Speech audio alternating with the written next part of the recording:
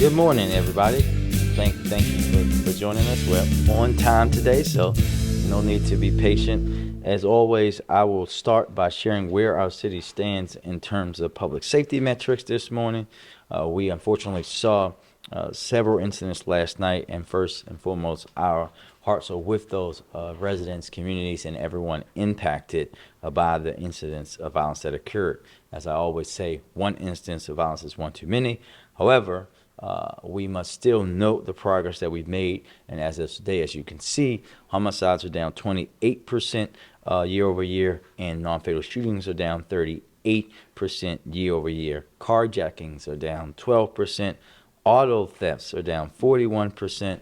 Total violent crime is down 9%, and total property crime is down 18% across the city of Baltimore. And we will keep diligently moving this progress forward and working every single day to make Baltimore successful and building on that historic progress that we've made. Of course, again, this 28% reduction is on top of the historic 20% reduction from last year.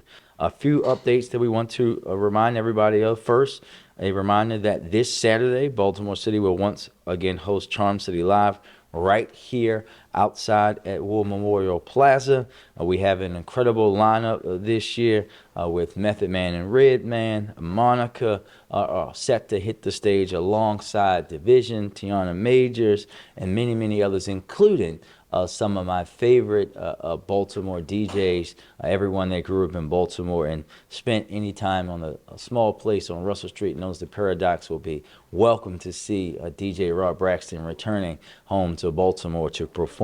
And I don't want anyone to miss any of the lineup that we couldn't be more excited to see. We all know that Charm City Live has a special place in my heart, but we're starting at 12 p.m. from 12 to 9, but we have a know before you go so that you have all the information that you need. You can find that info on our website or obviously on social media, but these are the kind of things that will not be allowed and will be allowed in the festival footprint. Things like large bags or backpacks, outside food and drink, because we want people to be, while the festival is free, there are going to be many small businesses from Baltimore City trying to sell food and drink, and we want to support them and support that ecosystem.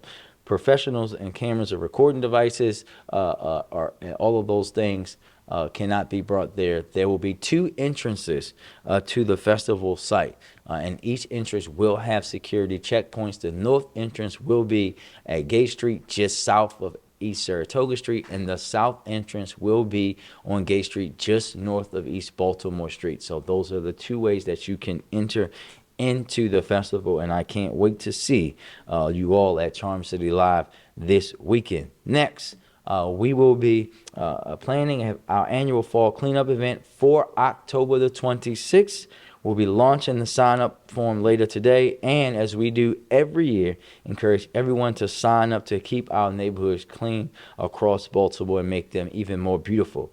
This is a great opportunity every year for neighborhood associations and all sorts of organizations get involved, get connected with DPW and MOCA, and help lead the charge in taking pride of our neighbors to get the love and attention they deserve. We know that this happens almost every single day with community groups across the city of Baltimore, and obviously with our workers in DPW. But the cleanup, the fall cleanup and spring cleanup are a time for all of us to continuously join in that fight.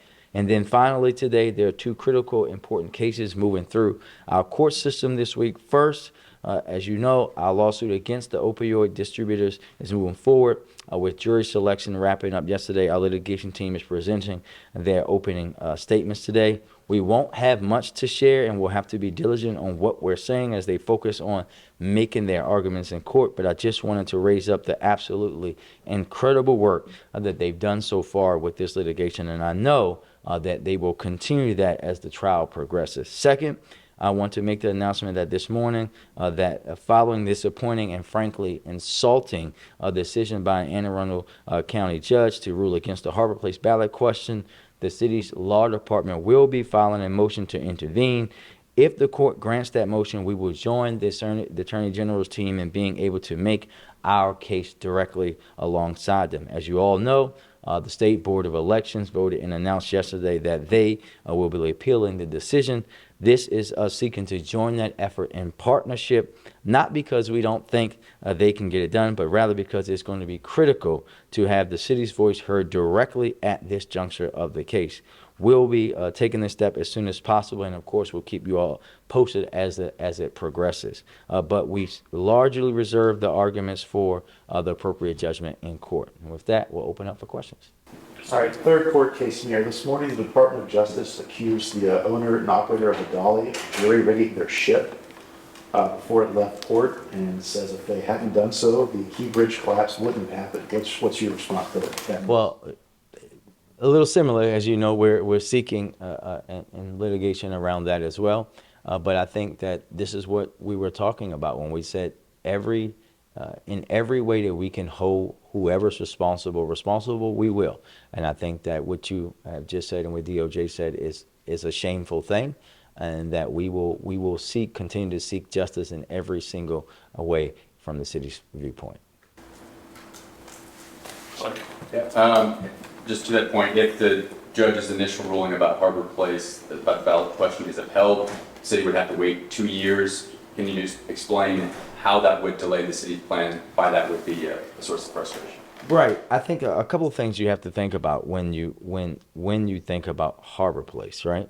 One, and why I think the judge's decision is off base, saying that we can't do it through the charter. Well, the existing thing is in the charter, so the only way to change that is to change the charter, right? So we know how impacting it will be. I think for the residents of Baltimore, I think what they should just be reminded of is that Harbor Place sat there deteriorating for 20 years. No one tried to do anything. No one said they wanted to redevelop it. No one said that we should do anything.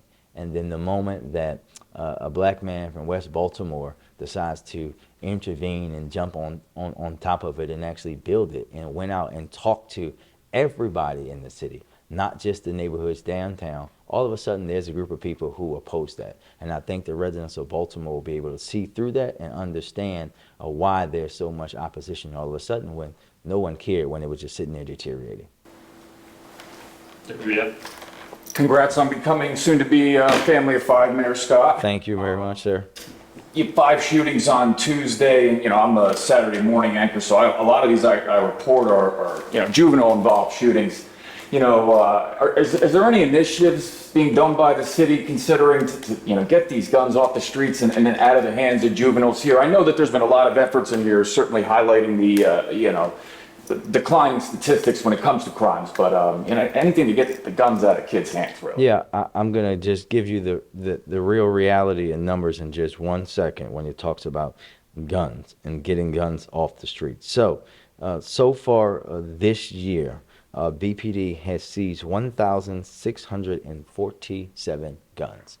This is not about whether my police officers and detectives are doing the work. They're going to continue to do that each and every day, and it doesn't care. We don't care if it's a juvenile. We don't care if it's a 60-year-old person, 80-year-old, 30, 40, 50. If you're out there and you have illegal guns, they're going to find you and remove you. We're going to continue to do that work. I obviously would never lay out in front of the press exactly what our strategies are, but the residents of Baltimore should know that they have removed 1,647 guns off the streets of Baltimore, 42 over the last seven days, and they're going to continue to do that work across the city.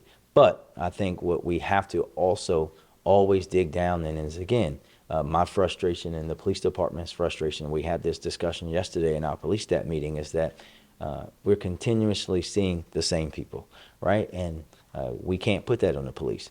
Their job is to, at my direction, to enforce the law. And we have to continue to work with our partners at the state and others to make sure that folks aren't falling through the cracks and ending right back out doing the same thing. Thank you. So, anybody in the back that didn't want to? In relation to elections coming up, the Board of Elections filed an appeal against the decision to invalidate question F. Can you comment on that? I just did come sorry, to. I'll delay it. Well, the city is filing to intervene and join the Attorney General's office in that, because we know that the judge overstepped. We We don't believe that first and foremost, the judge in Anne Arundel County should be telling the residents of Baltimore what to do. Secondly, that I vehemently disagree with the opinion that it's too complicated for the average Baltimore City voter. I think that's very disrespectful to the residents of Baltimore City, and that if it's in the charter now, then the only way to change it is to change the charter, and the voters of Baltimore should be making a decision. Just have 1 minute. Mayor Scott, any reaction to the poll we were discussing?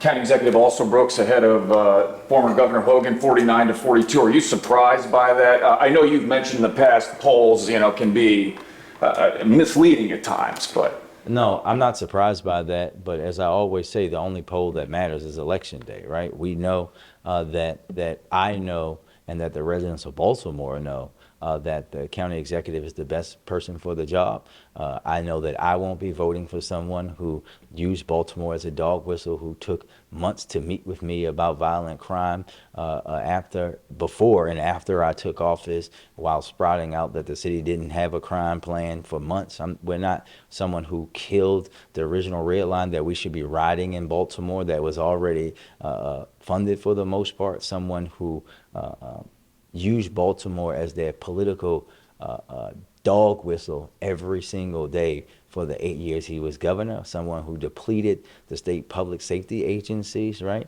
I think we're better than that, and we know someone who waffles, who says on one point, at one side of his mouth, he's going to vote and coalesce with the Republicans, and then on the other side says he'll fight against stuff and fight back and push back against Trump. The residents of the state of Maryland are smarter than that.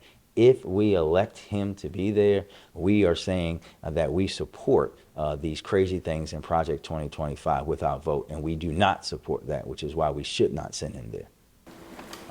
Getting up to speed on the DOJ call, so it sounds like the DOJ is saying that the owner and operator configured the ship's electrical and mechanical systems in a way that prevented those systems from recovering after the power outage. That meant that the propeller, rudder, anchor, and bow thruster were all unavailable.